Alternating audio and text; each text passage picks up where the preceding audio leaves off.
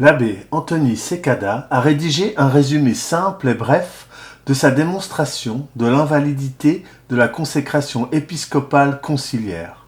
Ce faux rite de consécration, inventé par Annibal Bunini, dont Bernard Botte et Joseph Lécuyer, fut promulgué par Montigny Paul VI le 18 juin 1968. L'abbé Cekada, qui a été ordonné en 1976 par Monseigneur Lefebvre, est professeur de théologie sacramentelle, de liturgie et de droit canon. Les théologiens d'Avrillé n'ont jamais voulu répondre à cette démonstration factuelle, et pour cause. Rite de la consécration épiscopale de 1968. Un bref résumé du problème. Abbé Anthony Cekada. En 1975, après avoir passé 10 ans dans le système des séminaires de la période qui suivit Vatican II, j'entrai au séminaire de la Fraternité Saint-Pédis à Écône. Pendant que j'y faisais ma première année, je frappais un jour à la porte du bureau de Monseigneur Lefebvre et lui demandais si je pouvais avoir un court entretien avec lui. Malgré mon audace, typiquement américaine, il était, comme d'habitude, accueillant. Je demandais à Monseigneur si les amis conservateurs du séminaire où j'étais auparavant pourraient, une fois ordonné prêtre, collaborer avec la fraternité. Il me répondit que, oui, en principe, mais qu'il devait d'abord être réordonné sous condition, parce que Paul VI avait changé le rite du sacrement de l'ordre. Monseigneur Lefebvre expliquait que la nouvelle forme, la forme essentielle du rite de l'ordination sacerdotale, était douteuse à cause d'un seul mot qui avait été supprimé. Mais Monseigneur de continuer. Pour ce qui est de la forme nouvelle de la consécration épiscopale, elle est toute différente et donc invalide. Je savais bien que les traditionalistes mettaient en question la validité des rites des autres sacrements post-conciliaires. Pourtant, Monseigneur Lefebvre fut le premier traditionnaliste dont j'apprenais qu'il mettait en doute la validité des nouveaux rites pour la collation des ordres sacrés. Malgré la gravité du problème, seul un petit nombre d'auteurs traditionnalistes avaient analysé les rites d'ordination d'après le Concile Vatican II. Même après que se fussent multipliés, suite à un indulte, les messes Saint Pie V célébrées par des prêtres ordonnés par des évêques sacrés dans le nouveau rite. Après l'élection de Benoît XVI, en 2005, et l'ouverture de la part de la fraternité Saint-Pédis de négociations avec lui, le problème revint à la surface. Joseph cardinal Ratzinger, nommé archevêque et cardinal par Paul VI, avait été consacré dans le nouveau rite le 28 mai 1977. Était-il donc un véritable évêque ? Le père Pierre-Marie, dominicain d'Avrillé, a publié un long article en faveur de la validité du nouveau rite dans le Sel de la Terre numéro 54, automne 2005. Enseignant la théologie morale des sacrements et la liturgie aux séminaristes depuis 1985, ayant écrit un certain nombre d'articles sur le sujet, l'article du père Pierre-Marie ne manqua pas, bien entendu, de retenir mon attention. Il m'a paru que l'auteur avait omis d'examiner 2 sujets cruciaux pour cette question. 1. Quels sont les principes que la théologie catholique applique afin de déterminer si une forme sacramentelle est valide ou invalide ?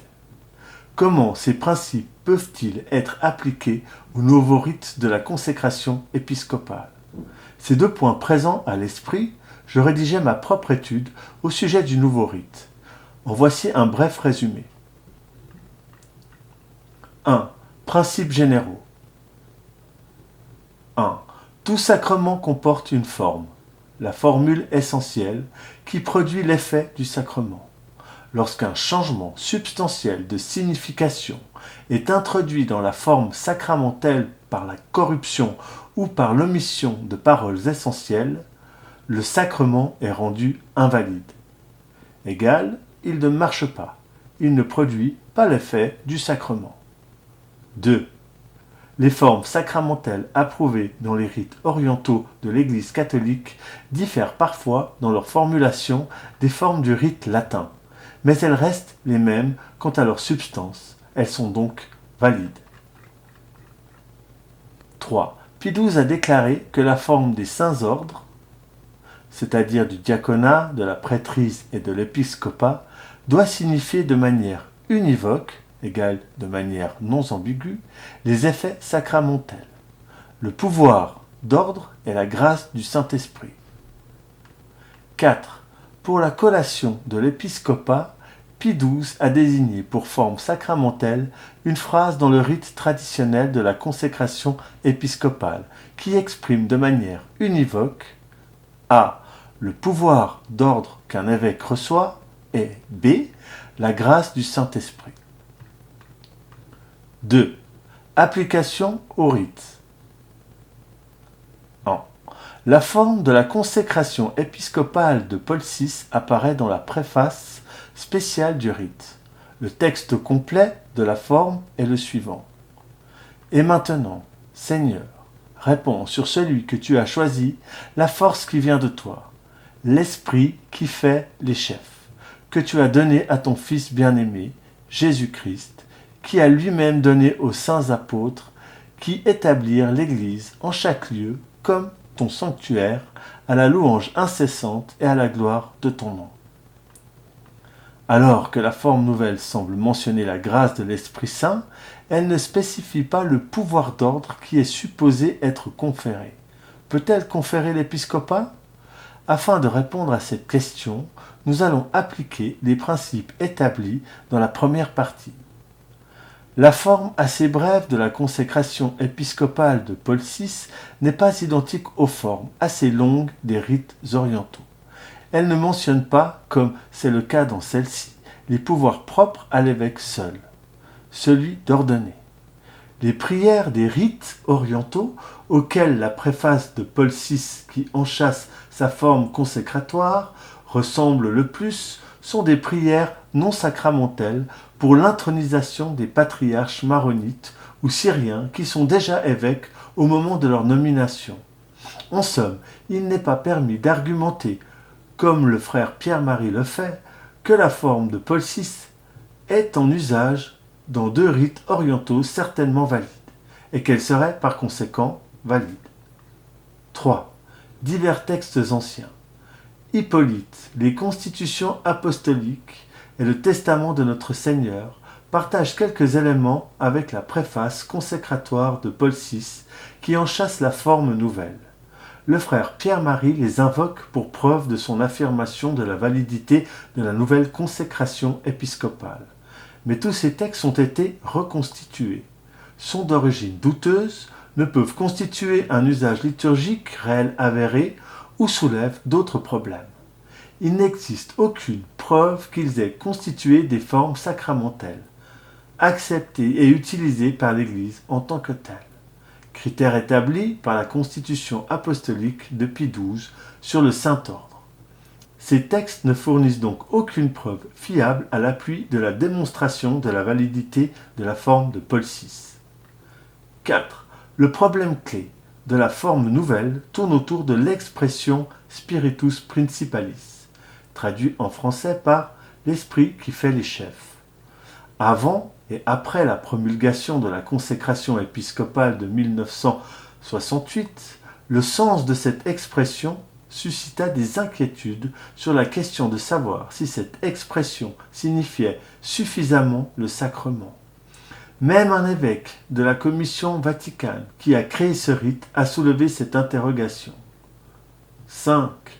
Dom Bernard Botte, le moderniste qui était l'auteur principal du nouveau rite, soutenait qu'au IIIe siècle chrétien, Spiritus Principalis connotait l'épiscopat, parce que les évêques possèdent l'esprit d'autorité, en tant qu'ils gouvernent l'Église.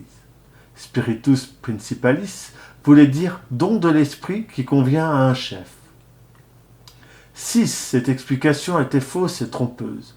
Les références au dictionnaire, à un commentaire de l'Écriture sainte, au Père de l'Église, au traité de dogmatique et aux cérémonies d'investiture non sacramentelles des rites orientaux révèlent que, parmi une douzaine de significations différentes et souvent contradictoires, Spiritus Principalis ne signifie nullement de manière spécifique ni l'épiscopat en général, ni la plénitude des saints ordres que l'évêque seul possède. 7. D'ailleurs, avant même que la controverse à ce sujet ne se soit déclenchée, Dombotte lui-même avoua qu'il ne voyait pas comment l'omission de l'expression spiritus principalis pourrait affecter la validité du rite de la consécration.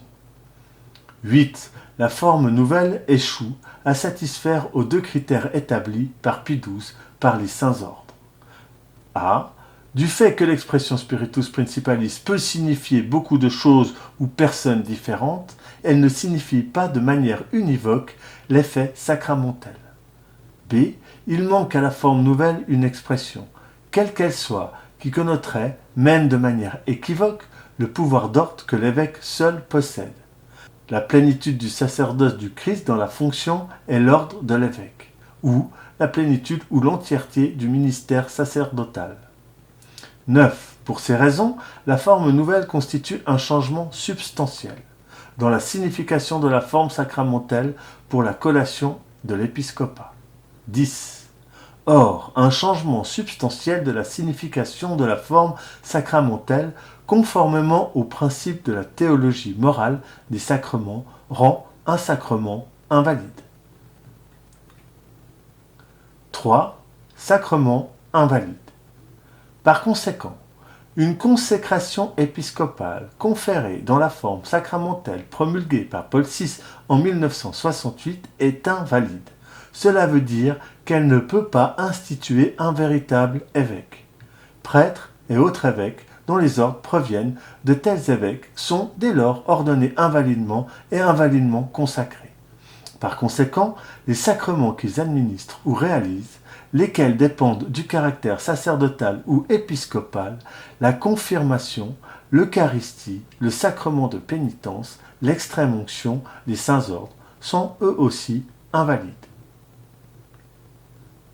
4. Objection. 1. Le contexte rend les ordres valides. Réfutation. Les paroles situées ailleurs dans le rite ne peuvent pas redresser ce défaut, parce qu'un élément essentiel de la forme, le pouvoir d'ordre, n'est pas simplement exprimé de manière ambiguë, mais parce qu'il est complètement manquant. 2. La forme a été approuvée par le pape. Réfutation. D'après le Concile de Trente et Pie XII, l'Église n'a nullement le pouvoir de changer la substance d'un sacrement. Or, l'omission du pouvoir d'ordre dans la forme nouvelle en change la substance. Aussi, même si Paul VI avait été un vrai pape, il n'aurait eu nullement le pouvoir d'introduire un tel changement. Et si c'était le cas, la simple tentative de le faire quand même suffirait à démontrer qu'il n'était pas un vrai pape. La raison pour laquelle le rite de Paul VI de la consécration épiscopale est invalide peut être résumée en une seule phrase. Les modernistes ont changé les paroles essentielles en supprimant la notion de la plénitude du sacerdoce.